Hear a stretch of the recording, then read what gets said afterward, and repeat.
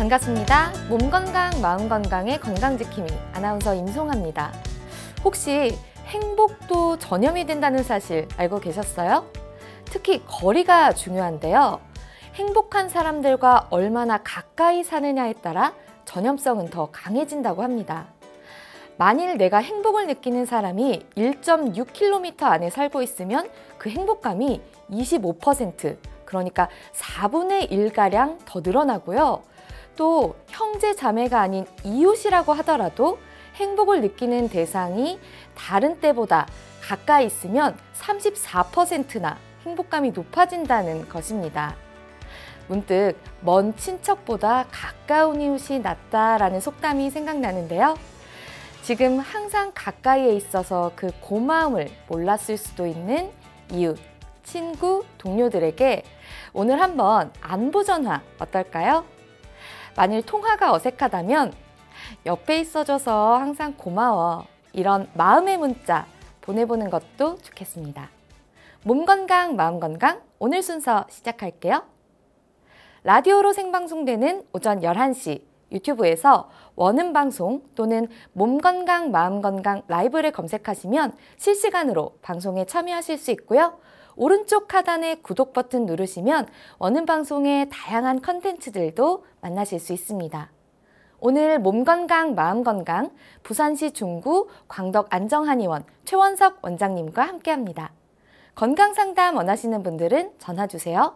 서울 02-823-2000번, 서울 전화 02-823-2000번이고요. 문자 상담도 가능합니다. 샵 8970 우물정 누르시고 8970으로 보내주시면 됩니다. 짧은 문자 50원, 긴 문자와 사진 문자는 100원의 정보 이용료가 부과됩니다. 신청하실 땐 상담받으실 분의 키, 몸무게, 연세를 함께 적어주시고요. 얼굴 사진이나 아픈 부위의 사진도 함께 보내주시면 더욱 자세하게 상담받으실 수 있습니다.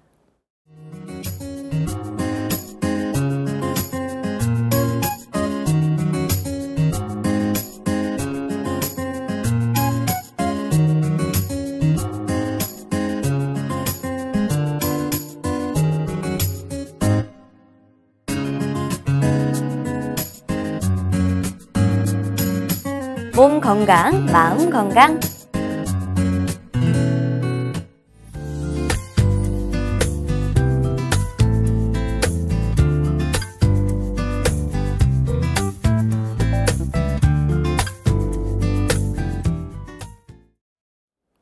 오늘의 미니 강의는 최원석 원장님과 함께합니다. 원장님 안녕하세요. 안녕하세요. 네, 오늘 몸 건강, 마음 건강 첫 방문이신데요. 간단한 인사 말씀 부탁드립니다. 네, 안녕하십니까. 약침으로 통증 질환을 치료하고 있는 최원석이라고 합니다. 오늘 첫 방송이라 많이 긴장이 되는데요. 좋은 건강 정보 전달할 수 있도록 노력해 보도록 하겠습니다. 네, 좋습니다. 그럼 원장님, 오늘 강의는 어떤 내용으로 준비를 해주셨나요? 네, 오늘은 대상포진에 관해서 말씀드리려고 합니다. 대상포진 정말 제 주변에도 한 번씩은 겪어보신 분들이 의외로 많이 있거든요. 근데 항상 하시는 말씀이 너무 아파서 기력도 없다, 이런 말씀들을 많이 하세요. 그만큼 정말 통증이 무서운 질병이라고 할 수 있는데, 먼저 대상포진이 어떤 병이다라고 좀 구체적으로 알 필요가 있을 것 같습니다. 어떤 질병인가요? 네, 대상포진이란 수두 대상포진 바이러스가 이제 소화기에 수두를 발병시킨 후 사라지지 않고 이제 몸속에서 장기간 잠복 상태로 존재하고 있다가 다시 활성화되면서 발생하는 질병입니다. 네. 보통은 이제 수일 사이에 피부에 발진과 특징적인 띠 모양의 물집 증상이 나타나고 해당 부위에 이제 통증을 동반하게 됩니다. 대개 면역력이 떨어지는 60세 이상의 성인에게서 발병하며 젊은 사람에서는 드물게 나타나는 것으로 알려져 있는데요. 하지만 인간 면역 결핍 바이러스 감염 환자나 또는 이제 장기 이식 환자, 항암 치료를 받으시는 분들은 면역 기능이 떨어져 있기 때문에 나이에 상관없이 발병할 수 있습니다. 네, 그러면 대상포진은 왜 걸리게 되는 거죠?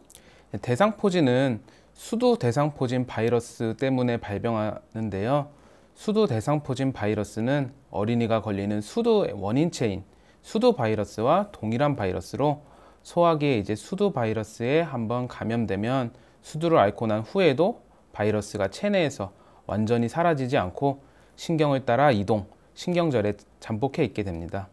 이럴 경우 체내에 바이러스가 있더라도 사람이 자각하지 못하고 겉으로 드러나는 병적인 증상도 없지만 신체의 면역력이 약해지고 극도의 스트레스 등에 시달리게 되면 신경절에 잠복해 있던 바이러스가 신경을 타고 다시 피부로 내려와 그곳에서 염증을 일으키거나 심하면 염증이 전신으로 퍼질 수도 있습니다.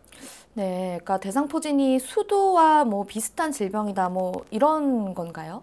네, 정확히 말씀드리면 수두와 동일한 바이러스라고 생각하시면 되고 예전에 수두를 앓으셨던 분이 나중에 면역력이 약해지면 다시 그 바이러스가 특정 피부에 나타나게 된다고 보시면 됩니다. 그러면 수두에 걸리지 않았던 사람, 그러니까 수두 바이러스에 노출되지 않았던 사람은 대상포진에 안 걸린다, 이렇게 생각해도 되나요? 네, 그 수두 바이러스에 안 걸렸던 분은 안 걸린다라고 하기보다는 이제 오히려 수두 대상포진 바이러스에 전염이 될 수가 있어요. 예전에 수두를 이제 말씀드리면 전염력이 엄청 강하잖아요. 네네. 네, 대상포진 바이러스도 전염이 되는데요. 네. 예전에 수두를 앓으셨거나 수두 예방접종을 하신 분들은 대상포진에 전염되진 않고 앓으신 적 없는 분들은 전염이 되는데 바로 대상포진이 나타나는 게 아니라 수두가 먼저 나타나게 됩니다. 네. 그 실제로 그러니까 뭐 드라마 같은 데서 봐도 네. 어른들이 어릴 때 수두를 앓지 않았으면 수두가 더 심각하고 크게 온다, 뭐 이런 이야기들을 하긴 하더라고요. 네. 그게 이제 수두를 앓고 나신 분들은 면역이 생기기 때문에 대상포진이 나타나더라도 조금 덜 나타나거나 아니면 면역력이 있기 때문에 이겨낼 수 있지만 앓지 않은 분들은 어떻게 보면 면역력이 없기 때문에 나중에 성인이 돼서 발병한다는 것은 그만큼 지금 현재 몸 상태가 면역력이 낮다는 것이기 때문에 앓게 되어도 더 심하게 앓으실 수가 있습니다. 그러니까 정리를 하자면 수두와 대상포진은 같은 거다. 네, 맞습니다. 그리고 수두처럼 대상포진도 전염성이 있다라는 말씀인 거네요. 네, 그렇습니다. 알겠습니다. 그러면 대상포진에 걸리면 뭐 통증이 심하다 정도는 알고 있는데 실제로 어떤 증상이 나타나는지는 자세히는 잘 모르거든요. 좀 증상들에 대해서 좀 설명을 해주시죠. 네, 대상포진의 이제 초기 증상으로는 몸의 한쪽 편으로 심한 통증이나 감각 이상이 나타날 수 있습니다. 한쪽 팔이나 다리, 배나 옆구리가 저리거나 아픈 근육통 위주의 증상들이 드러납니다. 네. 하지만 이때는 이제 수포병변이 없어서 가렵고 아프기만 하기 때문에 단순한 근육통이나 다른 내부 장기 질환으로 오인하는 경우가 많습니다. 이제 이게 얼굴에 발생하는 경우 대상포진의 이제 두통으로 생각하기 쉽고 네. 옆구리에 발생하시는 분들의 경우 요로결석이나 담석, 팔다리로 침범하는 경우에는 몸살이나 근육통, 디스크로 오해할 수가 있습니다. 그렇다면 이제 근육통이나 뭐 다른 질병들로 오해를 할 수가 있는데 이걸 대상포진인지 어떻게 알 수가 있나요? 예, 대상포진으로 진단을 하려면 먼저 발진이, 피부에 있는 발진이 몸의 한쪽에만 발생하는 경우, 그리고 발진이 신경세포를 따라서 척추 중심으로 띠 모양으로 나타나는 경우를 일단 대상포진의 가능성이 크다고 의심해 볼 수 있고요. 네. 또한 이제 환자가 날카롭고 타는 듯한 통증을 호소하는 경우, 또 수두를 앓은 적이 있으신 분, 네. 수두처럼 보이는 물집이 있으시거나 노인의 경우 대상포진을 확진하게 됩니다.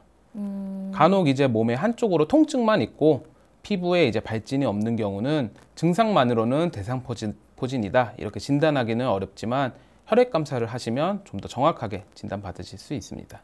제 주변에 대상포진을 앓으시는 분들을 보면 그러니까 예를 들어서 손가락에 대상포진이 왔다 하면 손이 퉁퉁 붓는다 이런 말씀도 하시더라고요. 이게 맞는 건가요?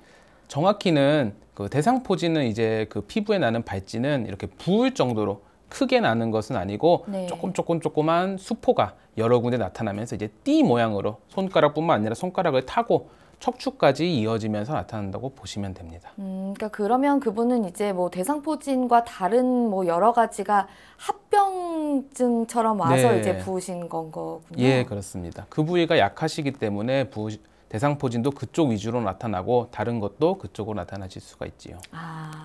그러면 어쨌든 치료법이 굉장히 중요할 것 같은데 대상포진은 어떤 식으로 치료를 하게 되나요? 예. 앞에서 말씀드린 것처럼 대상포진은 이제 바이러스가 원인이기 때문에 항바이러스제를 약 일주일 정도 주사 또는 복용하시면 치료가 되고, 또 이제 두피에 발생하시는 분들은 가려움이 많이 심하기 때문에 연고제를 사용하실 수 있습니다. 또 통증이 심한 경우가 대부분이기 때문에 진통제를 사용하시기도 합니다. 네.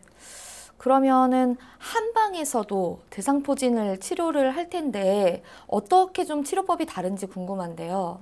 네, 한방에서는 이제 외치법과 내치법, 약물요법으로 치료를 할 수 있는데, 외치법으로는 초기에 피부에 이제 가려움이나 이런 발진 등을 청열 해독 작용이 있는 연고제를 사용해서 가라앉힐 수가 있고, 내치법은 곧 한약 치료로 수포의 진행 과정에 따른 한약 처방으로 치료할 수 있습니다. 환자의 상태에 따라 간기울결형, 비경습열형, 기체혈허형으로 세 가지로 나뉘게 되는데, 네. 간기울결형은 칠정 내상으로 울체되어 있는 기운을 풀어주어 치료하는 것으로 현대의학과 연관지어 보면 스트레스가 극심하여 면역력이 저하된 것으로 해석할 수 있습니다. 비경습열형은 네. 소화기 위장관이 불화해서 그것을 해소하는 것으로 치료를 하는데, 당연히 이것도 영양 불균형 그리고 좋지 않은 식습관 등으로 인해 면역력 저하를 말씀드릴 수 있고, 마지막으로 기체혈허형은 기혈을 순환시켜서 치료를 하는 것인데, 나이가 들어가시는 분들이 이제 기혈이 쇠해지셔서 면역력이 약화되면서 나타나는 것으로 해석할 수 있습니다. 네. 약침 치료에는 이제 통증 치료에 효과적인 봉약침을 사용할 수 있는데, 바이러스가 침범한 척추 주위 협척혈을 시술을 하고, 또 수포 부위 주변 혈자리에 시술을 하여서 자체 면역력을 증가시키고 또 통증과 피부 증상을 개선시킬 수 있습니다. 네. 또 대상포진은 아까도 뭐 잠깐 언급을 해주셨지만 굉장히 다양한 부위에 증상이나 통증 등이 일어날 수가 있고 또 합병증을 유발한다고도 하는데요. 어떤 합병증들이 뭐 좀 굉장히 연관성이 많이 있나요? 일단 대상포진은 뭐 치료를 시작하면 빠르게 치유되지만 이제 말씀하신 합병증을 조심하셔야 되는데요. 이제 피부의 수포 증상 자체를 잘 관리하지 않으면 2차적인 세균 감염을 통해서 곪을 수가 있습니다. 네. 그리고 이제 바이러스가 침범한 부위에 따라서도 눈에 침범한 경우에는 눈의 통증, 눈물, 충혈, 심하면 시력이 저하되는 증상이 발생할 수 있고, 네. 홍채와 각막을 손상시킬 수 있으며 심한 경우 시력 저하, 실명에까지 이를 수가 있습니다. 실명까지 되는 경우가 있나요? 대상포진 때문에? 각막 홍채 쪽은 시력과 연관이 깊기 때문에 그 부분이 손상을 남기면 당연히 실명까지 있는데, 막 자주 있는 경우는 아니고 그 실명 쪽으로 바로 병원에 가셔서 치료를 받으셔야 됩니다. 얼굴 쪽으로 오시게 된 경우에는요. 그러면 이 실명을 했다는 이 사례는 그러니까 치료를 빠르게 하지 않아서 그런 건가요? 네. 아니면 뭐 예민한 부위에 뭐 이런 뭐 수포가 생겨서 그렇다든가 뭐 이런 경우인가요? 이 눈 쪽으로 침범됐다고 무조건 실명이 되는 것이 아니라 네. 이제 치료를 하시지 않거나 발견이 늦고 치료가 제대로 진행되지 않으면 그 신경에 손상이 가기 때문에 실명까지 이룰 수 있는 것이고, 무조건 일어나는 것은 아닙니다. 적절한 치료를 적절한 시기에 받으시면 충분히 시력 저하 없이 치료하실 수 있습니다. 근데 뭔가 이렇게 피부에 수포가 일어났다 이러면 네. 이게 뭐 대상포진이라는 게 좀 이해가 가능한데, 눈에 수포가 생긴다 이런 건 잘 이해가 안 가는데, 만약에 대상포진이 눈으로 왔다 이러면 이거를 일반적으로 어떻게 알 수 있는지가 좀 궁금한데요. 일단 눈에도 약간의 그 뽀득뽀득하게 이렇게 보이기도 하고, 그래요? 눈만 오는 게 아니라 요 뒤에 있는 목에서부터 나오기 때문에 목부터 수포가 생기고 그 주위로 통증이 생기는 걸 보고 병원에서 진단받으시면 됩니다. 네. 다른 부분들도 좀 말씀을 해주시죠. 네. 또 이제 얼굴에 이제 안면 신경을 침범하는 경우 얼굴에 이제 통증이 있는 발진, 그리고 얼굴 근육의 약화를 초래를 하게 되는데, 이를 람세이 헌트 증후군이라고 해서 얼굴 모양이 뒤틀리는 안면 마비를 유발합니다. 람세이 헌트 증후군이요? 네. 좀 생소한데 조금만 더 자세하게 설명해 주실 수 있을까요? 이제 이거는 구안와사라고 생각하시면 되는데, 네. 아까 말씀드렸듯이 이게 그 구안와사는 이제 그 뇌졸중으로 인한 그 안면 그런 마비는 아니고, 안면 신경에 손상을 가기 때문에 한쪽 얼굴이 좀 흘러내리는 듯한 느낌이 있고, 네. 좀 그 안면 쪽에요 움직임이 저하되는 네. 것으로 보시면 됩니다. 신경마비 같은 거죠. 네, 안면마비. 일반적인 와사라고 생각하시면 됩니다. 네. 와사풍. 알겠습니다. 또 이제 고막을 침범하게 되는 경우 고막에 이제 통증을 동반한 물집을 초래하게 되기도 하고 청력을 손실시키고 또 귀에서 계속 소리가 나는 이명 네. 그리고 또 어지럼증을 유발할 수 있습니다. 그렇군요. 또 다른 것들도 있나요? 추가적인 합병 증상이? 네, 특히 이제 노인분들의 경우 피부의 이상 증상이 모두 좋아져도 포진성 통증이라고 이제 그 물집이 있던 부분이 계속 아픈 경우가 있는데요. 이는 이제 대상포진 후 신경통이라고 해서 많은 분들이 이제 제일 불편해 하시는 것입니다. 네. 엄청난 통증이 오거든요. 근데 보통 이제 대상포진 하면 좀 말하자면 연세가 있으신 분들, 네. 그러니까 노령층에 주로 걸린다고 알고 있는데 그게 맞는 건가요? 그러니까 좀 젊은 사람들은 조금 대상포진에 대해서는 좀 안심을 해도 된다. 이렇게 봐도 좋은 건가요? 일반적으로 이제 젊은 분들의 경우 잘 일어나지는 않지만 현대에는 이제 과로나 극심한 스트레스로 인해서 젊은 분들도 많이 나타납니다. 제 동생의 경우도 20대인데 네. 대상포진에 약하게 걸려서 치료를 받고 좋아지긴 했는데 네. 다시 또 이제 과로를 하거나 업무가 많아져서 이제 면역력이 약해지는 경우 또 재발을 하는 경우도 있습니다. 대상포진의 20대, 30대 환자의 경우 이제 전체 네. 대상포진 환자의 거의 20% 정도 차지하는 것으로 보시면 됩니다. 그래도 수치가 상당하네요. 네. 그러니까 젊은 분들도 말하자면은 조금 안심할 수만은 없는. 예. 면역력이 중요하기 때문에 요새같이 뭐 환절기라든지 아니면 업무 극심한 과로, 스트레스에 시달리게 되는 분들의 경우 조심하셔야 합니다. 네. 굉장히 합병증까지 들어보니까 뭐 정말 뭐 아주 드문 사례겠지만 네. 실명이 되거나 네. 뭔가 그럴 수 있다고 말씀을 하시니까 좀 무섭기도 하거든요. 네. 근데 대상포진이 아무래도 좀 신경계통에 좀 영향을 주는 것 같은데 이 부분에 대해서 조금 자세하게 설명을 해주시죠. 네. 아까 말씀드린 것처럼 대상포진은 이제 신경계에 바이러스가 침투하는 것이기 때문에 네. 그 부분에 이제 치료가 되더라도 신경계에 손상을 남길 수가 있습니다. 그것을 이제 대상포진 후 신경통이라고 하는데요. 지속적인 이제 심부의 자결통과 간헐적인 난자통, 이질통 등이 동반될 수 있고 대상포진의 통증에 비해 더 강하게 느껴지고 불쾌하게 느껴지는 경향이 있습니다. 네. 그러면은 아무래도 좀 예방을 하는 것이 가장 중요하지 않을까 싶은데 뭐 어떻게 좀 예방하고 그러면 좋을까요? 예. 대상포진은 면역력이 높으면 발생하지 않기 때문에 평소에 면역력을 높이는 것이 중요합니다. 면역력을 높이는 방법으로는 첫 번째로 충분한 수면을 취하는 것입니다. 네. 뇌는 이제 깨어 있을 때 들어오는 많은 정보를 수면을 취할 때 정리하면서 쉬고 재충전할 수 있는 시간을 가질 수 있습니다. 두 번째는 규칙적인 식습관과 함께 다양한 영양소의 섭취인데요. 몸에 좋은 음식 한 가지만 한 번에 많이 먹는다고 몸이 좋아지는 것이 아니라 골고루 적게라도 꾸준히 먹는 것이 중요합니다. 세 번째는 적절한 운동과 꾸준한 체력 관리가 필요하고 마지막으로는 이제 미세먼지와 환절기, 호흡기 질환이 유행하는 요즘에는 따뜻한 옷차림으로 체온을 유지하고 외출 시에는 마스크 착용을 하시고 귀가 외에 손을 씻는 등 개인 위생에 더욱 신경 쓰셔야 할 것 같습니다. 네. 그러면 아무래도 좀 대상포진이 좀 흔한 질병이기도 하고 그런데 반면에 통증이나 굉장히 합병증 같은 건 무서운 질병이기 때문에 좀 걱정이나 우려가 많으신 분들을 위해서 실제 치료 사례 같은 것들이 있으면 몇 가지만 좀 소개를 해주시죠. 예, 대상포진에 이제 저희 한의원에 내원을 하셔서 오셨는데 네. 통증이 엄청 극심하셨어요. 근데 이제 저희는 척추 쪽으로 봉약침을 사용해서 시술을 하고 봉약침 자체가 조금 가렵긴 한데 네. 대상포진의 통증이 더 강하기 때문에 환자분이 치료 의지가 좋으셔가지고 바이러스, 결국 면역력이 강하기 때문에 그 통증이 줄어들면서 결국 피부 쪽도 같이 좋아지는 경우가 있었습니다. 네, 그분은 뭐 어느 정도 치료 기간을 거쳐서 좀 완치가 되셨나요? 이제 60대 분이셨는데 평균 한 3주 정도 오셔서 봉약침 치료를 받으시고 또 당연히 한약도 조금 드셔서 좀 좋아지신 경우가 있습니다. 아, 3주 정도면은 생각보다 뭐 금방 예. 치료는 되는 편이네요. 보통 이제 2주로 보는데 네. 저희는 이제 후유증을 좀 잡기 위해 1주 정도 더 관리를 한 경우이고요. 보통 이제 2주 정도 안에 치료를 받으시면 잘 그 증상이 소실된다고 보시면 됩니다.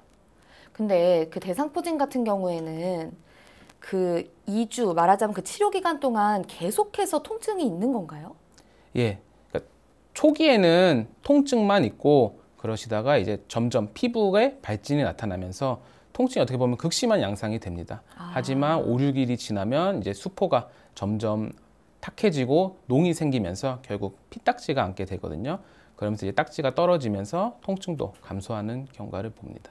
그러면 치료를 하지 않고 그냥 정말 말 그대로 수포가 딱지가 되어서 떨어지는 거를 그냥 뭐 방치나 아니면은 자연적으로 두었을 때 이렇게 자연적으로 치료되지는 않나요? 몸의 면역력이 좋으신 분들의 같은 경우 자연적으로 치료되는 경우도 많지만 아까 말씀드린 것처럼 합병증, 신경에 이제 손상을 남길 수가 있기 때문에 조기에 적절히 발견을 하시고 적절한 치료를 받으시는 게 중요합니다. 아, 합병증 관리를 위해서는 좀 적절한 치료가 필요할 것 같네요. 네. 네. 그리고 또 봉약침 아까 뭐 굉장히 대상포진의 적절한 치료법이라고 말씀을 해주셨잖아요. 네. 이건 제가 개인적으로 궁금한 건데 봉약침을 이렇게 시술을 하면 약간 부어오른다고 알고 있거든요. 예. 근데 여기에 대해서 약간 거부감을 가지시는 분들이 아무래도 있더라고요. 근데 이 부어오름 증상은 괜찮은 건가요? 예, 정상적인 반응이고 당연히 봉약침은 이제 벌독 성분에서 추출해서 이제 벌독 성분을 최대한 줄이고 약효 성분만 남긴 거지만 원료가 벌독이기 때문에 몸에서 독이 들어오면 자연히 방어 작용에 의해서 붓고 가렵고 하실 수 있습니다. 하지만 이제 첫날부터 막 많이 쓰는 건 아니고 테스트 용량으로 몸에 이제 벌독이 맞는 분인지 아닌지 전문적으로 하고 하기 때문에 전혀 괜찮습니다. 예. 아, 네, 알겠습니다. 네, 지금 김현숙 님께서 인터넷 생방송 채팅창으로 문의를 주셨습니다. 대상포진 예방접종이라는 것이 과연 이 예방을 하는데 효과가 있는지 좀 문의를 주셨거든요. 어떻게 보시나요? 네, 예방접종을 받으시는 경우 이제 50대에서 60대의 연령의 경우는 받으시는 게 효과가 괜찮고 네. 70대 이후로는 약간 효율이 좀 떨어진다고 알려져 있습니다. 대신 받으시는 경우에 무조건 예방이 된다, 무조건 안 걸린다는 게 아니라 받으시면 50% 정도는 안 걸리시고 걸리시더라도 조금 더 통증이 약하게 오시고 넘어간다고 생각하면 됩니다. 근데 사실 그러니까 물론 어떤 것도 100%는 없다 뭐 네. 이런 게 알고는 있지만 예방 접종을 맞는 사람의 입장에서는 네. 이게 안 걸리려고 맞는 거지 뭐 예방이 될 수도 있고 안 될 수도 있습니다. 이 50%라는 말이 사실 이런 거잖아요. 그 왜 이게 50% 정도밖에 예방이 안 된다고 되는 거죠?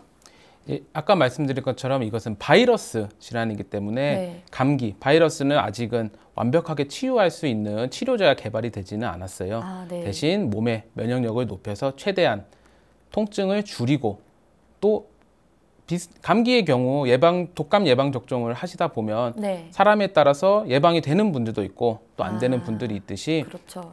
네, 하지만 맞으시는 것 자체는 예방에 도움이 되기 때문에 맞으시는 게 좋습니다. 아무래도 정말 예방적 차원에서 네. 맞는 것이 조금 더 좋기는 하겠네요.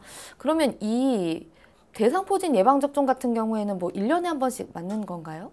아니요. 1년에 한 번 맞는 건 아니고 이제 5, 60대, 60대 정도 나이가 되시면 이제 한 번 정도 맞으시면 됩니다. 아, 그러면 네. 한 번 정도 맞으면 이게 말하자면 평생 동안 이렇게 효력을 평생 동안 효력은 아니고 어떻게 보면 대상포진을 앓고 나신 후에 아까 말씀드린 대상포진 후 신경통을 예방하기 위해서 맞으시는 분들도 있습니다. 아, 네, 알겠습니다. 네, 오늘은 대상포진에 대해서 알아보는 시간이었습니다. 원장님 오늘 좋은 말씀 감사합니다. 감사합니다. 미니 강의 오늘은 최원석 원장님께서 대상포진에 대해 자세히 강의해 주셨습니다.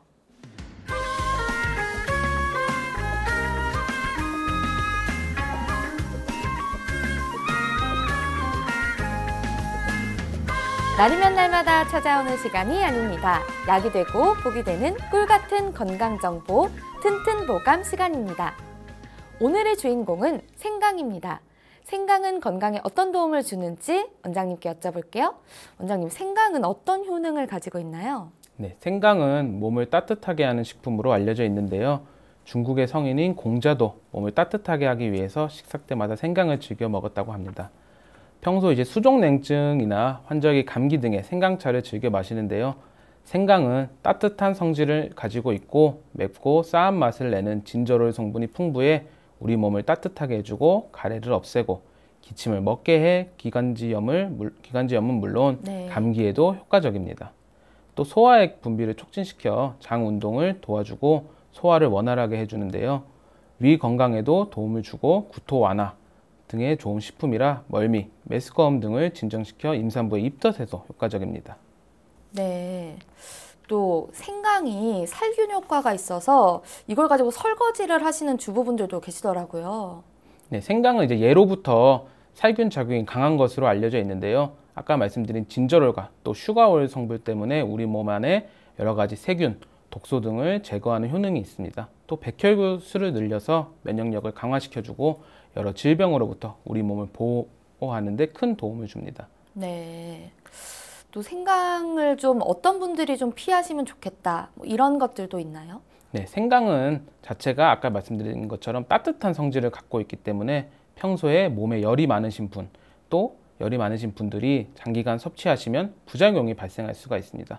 또 위장 장애가 심하신 분들의 경우 또 고혈압 증상이 있는 분들은 많이 드시지 않고 적절하게 드시는 편이 좋겠습니다. 아까 좀 과음하시면 설사를 하신다는 그분이 좀 요거 이렇게 생강 많이 들어간 음식 좀 안주로 활용해 보셔도 좋을 것 같네요. 예, 생강을 많이 드셔서 이제 위장, 대장 쪽을 좀 따뜻하게 해주시는 게 도움이 많이 되겠네요. 네, 알겠습니다. 원장님, 오늘 좋은 정보 감사합니다. 감사합니다. 튼튼보감, 오늘은 생강에 대해 전해드렸습니다.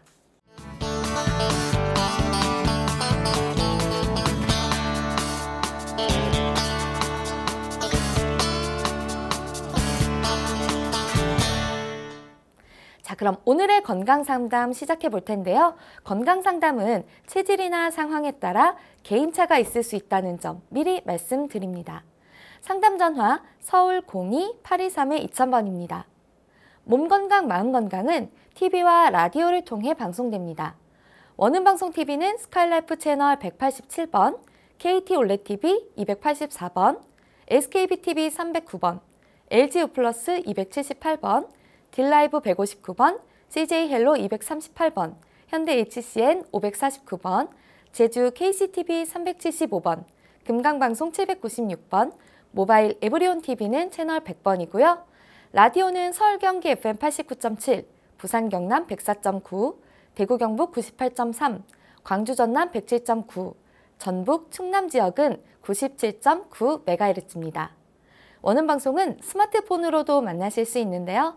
플레이스토어나 앱스토어에서 원음방송 검색하시면 무료로 다운받으실 수 있습니다. 오늘은 최원석 원장님께서 친절한 상담 해드립니다. 자, 그럼 첫 번째 전화 받아보겠습니다. 여보세요? 네, 여보세요? 네, 여보세요? 네, 반갑습니다. 네네. 아, 네, 안녕하세요. 반갑습니다. 네, 본인 상담이신가요? 네네. 네, 키와 몸무게, 연세가 어떻게 되십니까?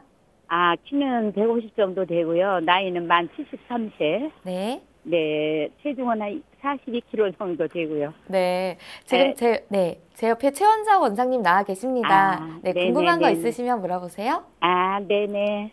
안녕하세요, 어머니. 아우, 네, 원장님 안녕하세요. 네, 어디가 불편하셔서 전화 제가 주셨나요? 여쭙고 싶은 것은요. 네, 제가 위가 안 좋아서 30년 동안 굉장히 고생을 많이 했거든요. 네, 근데 2년 전에 지인이 보내온 그 카톡에 보니까 어느 회장님께서 식초를 드시고 건강한 삶을 사신다는 그런 말씀을 들었어요. 네, 그래서 제가 한 10배로 희석을 해서 식초를 지금 2년간 먹고 있는데요. 네. 그걸 계속해서 이렇게 먹어도 되는지 그게 항상 궁금했거든요.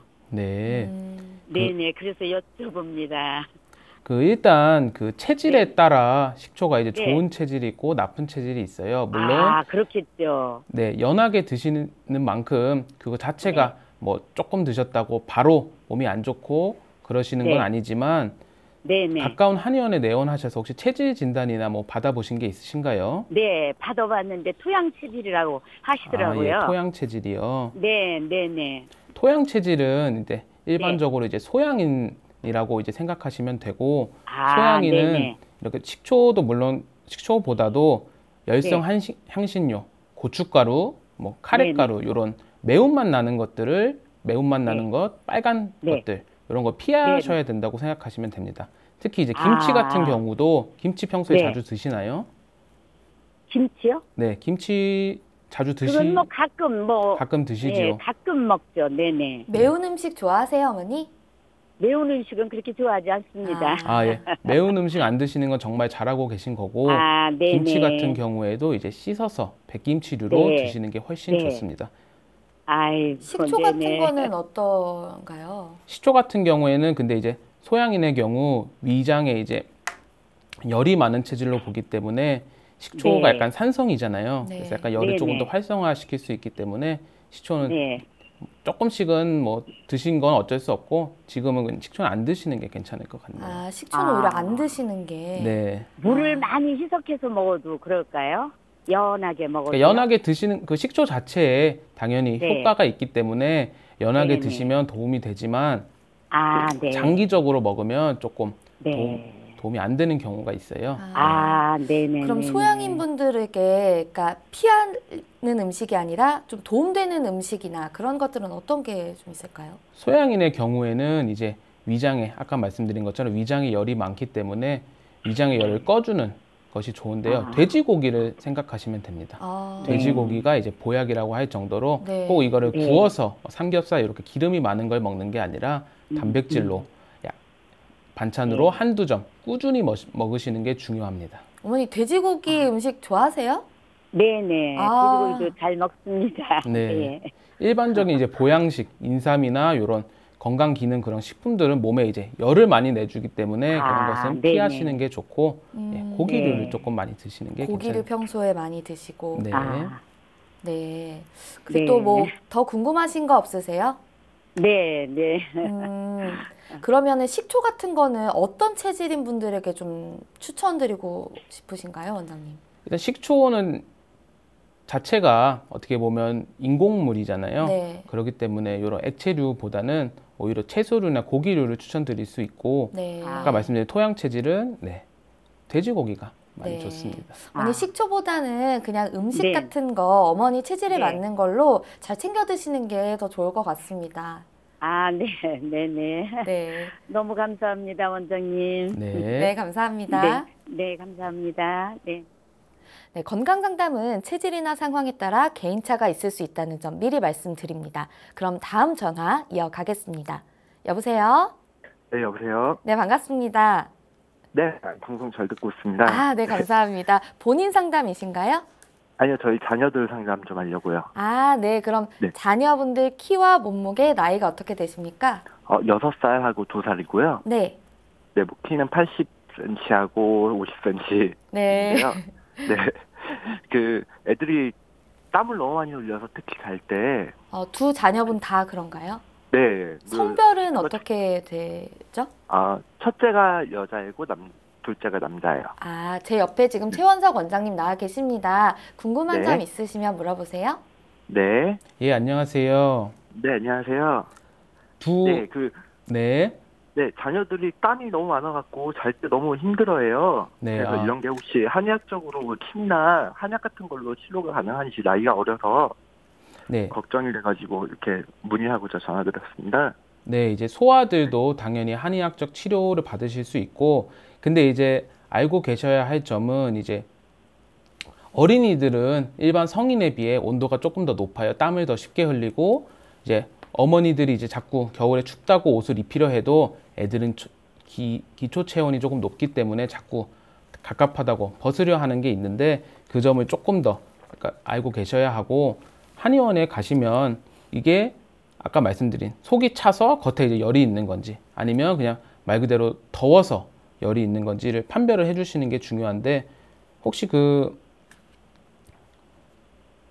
2살 아이도 좀 땀을 많이 흘리나요? 2살인데도? 네, 네, 2살인데도 뭐 이렇게 침대를 매일매일 빨아야 될 정도로 아, 네, 이게 땀을 너무 많이 흘려서 잠깐 이렇게 누워 있으면은 이렇게 축축해지거든요. 네. 네, 그 첫째는 또 여자애여서 땀을 많이 흘리고 이러니까 불편한 점이 많더라고요. 네. 확실히 그러면 이제 소화기하고 연관이 중요한데 밥은 좀 어떤가요? 특히 6살 큰 따님의 경우. 아, 밥을 좀 많이 안 먹어요. 아, 네. 체형이 좀 왜소한가요? 네. 아니요, 체형은 좀 통통한 편이고요. 네. 음식도 차가운 음식들을 좋아해요. 냉면이나 아. 뭐 오이 냉국 같은. 네. 예, 그럼 아까 말씀드린 것처럼 좀 위장 대장이 결국 차게 되면서 몸 밖에 있는 열이 안으로 들어가지 못하게 되는 경우가 많기 때문에 일단 그 식습관을 조금 아까 말씀드린 생강이나 이런 거 아이에게 직접 지금 바로 먹일 수는 없지만 따뜻한 종류의 음식을 드시는 게 좀 좋을 것 같아요. 근데 아이가 많이 안 먹는데 좀 통통한 체형일 수가 있나요? 예, 당연히 그렇게 될 수 있고 그 밥을 많이 안 먹는 아이의 경우 이제 오히려 군것질류를 하는 경우가 많기 때문에 그것 때문에 좀 통통해질 수가 있습니다. 아이가 군것질을 좀 많이 하나요, 아버님? 네, 군것질 많이 하는 편이에요. 네. 군것질 같은 경우에는 당연히 인공 합성료나 이제 착상료 이런 게 많이 들어가 있기 때문에 그런 것도 당연히 피부에 열이 나고 이게 심하면 피부염이 될 수 있기 때문에 많이 안 드시는 게 좋을 것 같습니다. 근데 두 아이가 다 굉장히 땀을 많이 흘리는데 이게 유전적 요인일 수도 있나요? 약간 그 유전적 요인이 있을 수 있죠. 아버님이나 이제 어머님 중에 혹시 땀을 많이 흘리시거나 아니면 열이 많은 좀 그런 게 있으십니까? 제가 열이 좀 많은 편인 것 같아요. 아, 네. 혹시 어디 한의원 같은 데 가셔서 체질을 진단 받으신 적이 있나요? 아니요, 없어요. 이제 가까운 한의원에 가셔서 체질을 진단 받으시는 게 좋고 체질이 바로 이제 유전되는 건 아니지만 그 아버님 어머니의 체질을 통해 그 자식들의 체질도 유추할 수가 있거든요. 그래서 이제 그리고 아버님이 열이 많기 때문에 어떻게 보면 그 식습관 이런 게 자식들과도 연관이 많이 됩니다. 그래서 그 식습관 아까 말씀드린 좀 따뜻한 음식 종류를 드시는 게 좀 더 좋을 것 같습니다. 그럼 아이들에게 좀 적용할 수 있는 따뜻한 음식이라고 하면은 일단 국 종류로 해가지고 드시면 좋고 이게 무슨 음식이 좋다라고 말씀드리기는 아까 말씀드린 것처럼 체질에 따라서 네. 좋고 나쁜 게 이제 여러 가지이기 때문에 일단 최대한 소화기 쪽을 따뜻하게 해줄 수 있는 이제 국 종류로 드시는 게 좀 좋을 것 같습니다. 근데 이게 애들이 땀을 많이 흘린다고 조금 말하자면은 좀 춥게 입힌다거나 이러면 좀 건강이 안 좋아질 수도 있나요? 네, 특히 요새 같은 환절기의 경우 낮에 좀 덥다고 이제 얇게 입히고 하실 경우 유행성 감기 이런 걸 걸리실 수가 있기 때문에 아이들이 덥다고 조금 갑갑해 하더라도 그 실내에서는 조금 벗게 해주시고 밖으로 나가실 때는 조금 챙겨 입게 해주시는 것이 좋습니다. 땀을 좀 흘리더라도 든든하게 입히는 게 나을까요? 예. 알겠습니다. 좀 이렇게 아이들에게 뭐 좀 소화기에 좀 도움되는 음식 같은 거 많이 뭐 먹이고 하시는 게 좀 도움이 되실 것 같고요, 아버님. 네. 그 군것질 같은 거는 조금 아이가 계속 찾겠지만 좀 덜 먹을 수 있도록 해주시는 게 좀 좋을 것 같습니다. 네, 감사합니다. 네, 혹시 더 궁금하신 거 있으신가요? 아니요, 없습니다. 아, 네. 네. 알겠습니다. 네, 오늘 전화 주셔서 감사합니다. 네, 감사합니다. 네, 그 아이들이 참 그런 게 좀 어렵잖아요. 네.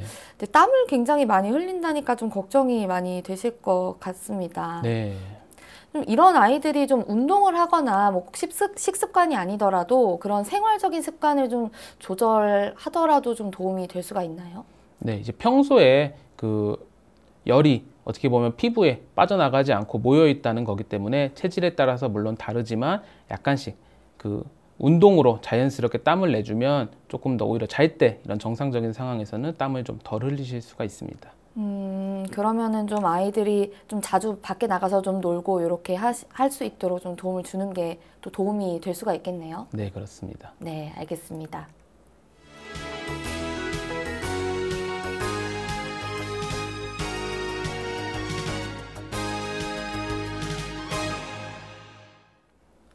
네, 문자 사연 또 도착했는데요. 뒷번호 6936 쓰시는 분입니다.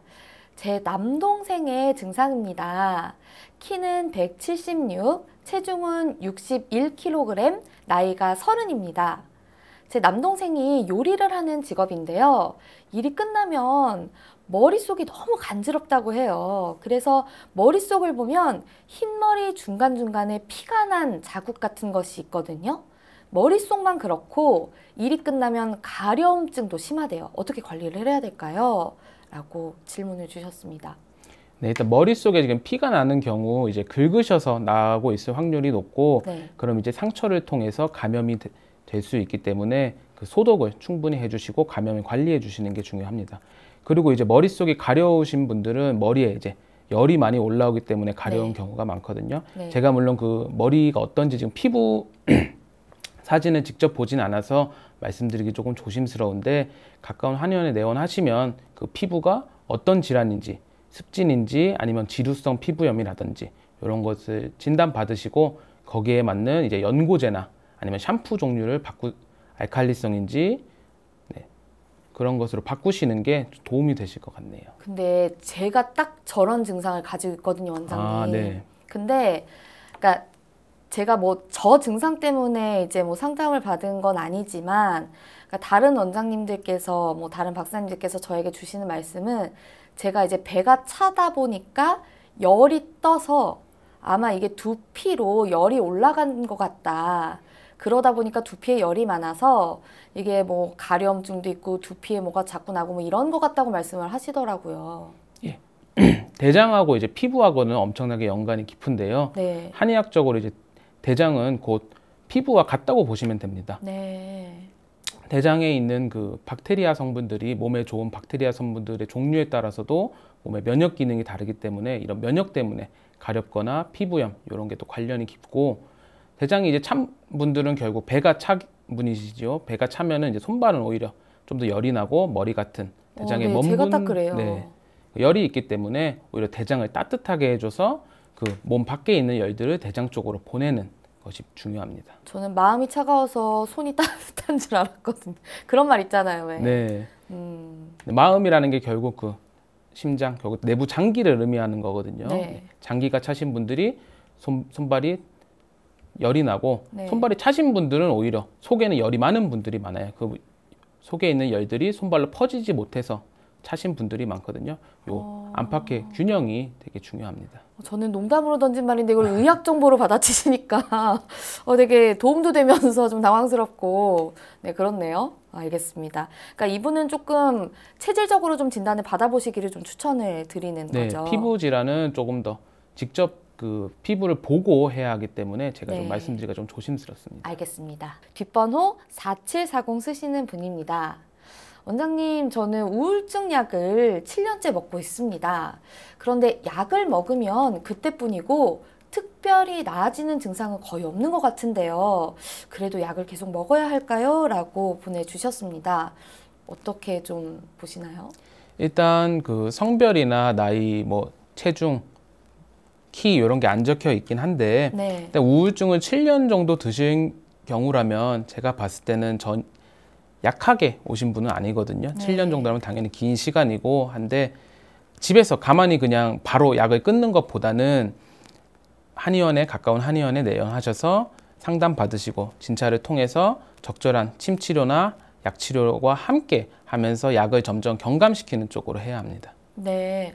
근데 약을 경감시킨다라는 말을 물론 좋은 거지만 제가 생각했을 때는 어쨌든 간 이분은 우울증을 앓고 계시기 때문에 그 약을 드시는 네. 건데 약을 경감시켰을 때 우울증이 더 강하게 발현되거나 하진 않을까 좀 우려가 되거든요. 당연히 약을 한순간에 끊으면 우울증이 더 심해지고 하실 수 있는데 다른 침 치료나 약 네. 치료를 통해서 그것을 완화시키면서 한 번에 다 끊는 게 아니라 차근차근 단계적으로 끊는 것이 중요합니다. 계속 그 내원을 하시면서 그 전문 선생님하고 상담을 하시면서 그 바로 이제 다 끊어버리라고 하진 않으시거든요. 처음에는 네. 같은 복용량을 유지하시다가 조금 더 약한 약, 조금 더 빈도를 줄이고 하나하나 차근차근 단계를 내려가는 것이 중요합니다. 아, 근데 그러니까 뭐 예를 들어서 뭐 한방적인 뭐 약물 치료 이런 것들은 좀 저도 뭐 이해가 되는데 잘 모르는 입장이지만 우울증에 침 치료를 한다라는 게 조금 이제 잘 이해가 안 가거든요. 이게 침 치료가 효과가 있나요? 네. 일단 우울증이 계신 분들의 경우 당연히 밖에 이제 외출을 잘 안 하시게 되고 네. 집에만 있게 되는 경우가 있는데 그러면 당연히 몸에 근육이 뭉치게 되고 기혈의 순환이 잘 안 돼서 그것 때문에 몸이 더 무겁기 때문에 더 나가기 싫고 또 사람과 대화하기 싫고 네. 이렇게 이런 악순환이 반복이 됩니다. 근데 이제 침 치료를 통해서 그 몸의 근육에 뭉친 것을 풀어주고 기혈을 순환시키면 당연히 좀 더 나가게 되고 그 밖에 나가서 이제 한의원에 내원하는 것 자체도 중요하거든요. 저희 한의원에도 이제 우울증을 오래 앓으신 분이 있는데 이제 지하철을 타기 되게 무서워하셨어요. 너무 네. 사람들 보기가 겁난다고. 근데 저희가 이제 계속 상담을 하고 말씀 나누고 하면서 점점 용기를 얻어서 처음에는 택시 타고 오시다가 요새는 지하철 타고 오고 저번에는 이제 지하철 타고 앉아서 이제 옆에 사람하고 얘기를 나눴다 하면서 너무 즐거워하시는 거예요. 목소리에 변화네요, 힘도 정말. 생기고. 예, 그렇습니다. 그렇게 이제 마음을 내시는 것이 당연히 처음에 중요하고 저희도 약을 바로 끊게 하진 않습니다. 아까 네. 말씀드린 것처럼. 네. 그러니까 결국에는 건강한 몸에 건강한 정신이 깃든다. 뭐 이런 치료법이라고 볼 수가 있겠네요. 네, 맞습니다. 네, 알겠습니다. 뒷번호 6466 쓰시는 분께서도 보내주셨습니다. 58세에 키 170cm, 몸무게는 64kg의 남성분이신데요. 과음하면 다음날 오전 내내 설사를 6번에서 7번 정도 하신다고 합니다. 어떻게 치료를 좀 해야 될까 고민이시라고 하는데 어떻게 해야 될까요? 이제 과음을 하신 그 술의 종류에 따라서도 그게 있지만 대체적으로 술은 이제 찬 성질이 많습니다. 맥주 같은 경우 엄청나게 차기 때문에 당연히 위장에 평소에 차신 분들은 설사를 하시는 게 당연하고 대신 이제 당연히 과음을 안 하시는 게 좋지만 평소에도 그 안주류를 조금 더 따뜻한 음식, 예를 들어 고기류를 드시는 게 조금 더 낫고 드실 때 꼭 야채 종류 같이 드시는 게 좋습니다. 샐러드 쪽 안주를 드시는 게 더 좋을 것 같습니다. 근데 따뜻한 음식이라고 하면 전골, 뭐 이런 탕, 이런 실제로 온도가 높은 음식도 따뜻한 음식인가요? 예, 온도가 높은 음식도 당연히 중요하고 또 성질 자체가 따뜻한 음식도 중요합니다. 고기 말고 몇 가지만 더 추천해 주신다면 어떤 게 있을까요? 안주류는 사실 뭐 더덕 무침 같은 요런 무침 종류, 나물 무침 종류를 드시는 것도 괜찮고 사실 나물 무침에 그죠? 사실 안주를 잘 드시진 않죠. 예. 알겠습니다. 어쨌든 좀 따뜻한 성질의 음식을 안주로 해서 좀 드시면 좋을 것 같고 설사를 좀 잡을 수 있는 그런 치료나 뭐 음식 이런 것들은 어떤 게 있을까요? 제가 이제 당연히 그 더 자세한 증상을 듣고 이렇게 말씀을 드려야 해서 좀 조심스러운데 설사 쪽은 이제 가까운 한의원 내원을 하시면 그 아까 말씀드린 대장에 원래 기존의 찬분인지 아니면 오히려 대장이 왕성해가지고 또 술을 마시게 되면 그 왕성한 게 더 자극을 받아서 하시는 건지 그 감별을 하는 게 되게 중요해요. 평소에 열이 좀 있는 편인지 아니면 평소에 몸은 차신 분인지 그걸 감별을 해야 하기 때문에 가까운 한의원에 한번 내원하시는 게 좋을 것 같습니다. 네, 알겠습니다.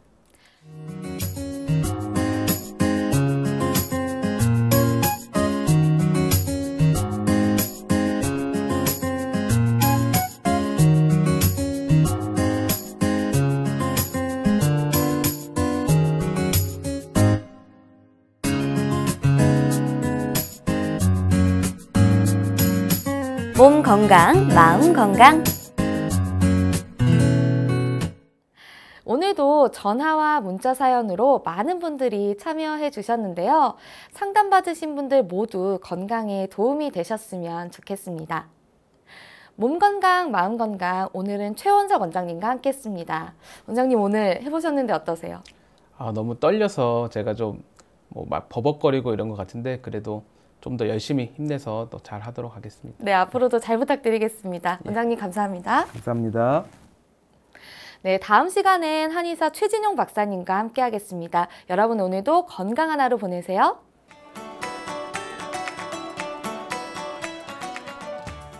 이 프로그램에 참여하신 분들께는 움트리에서 정성을 담은 명품장 선물 세트를 드립니다.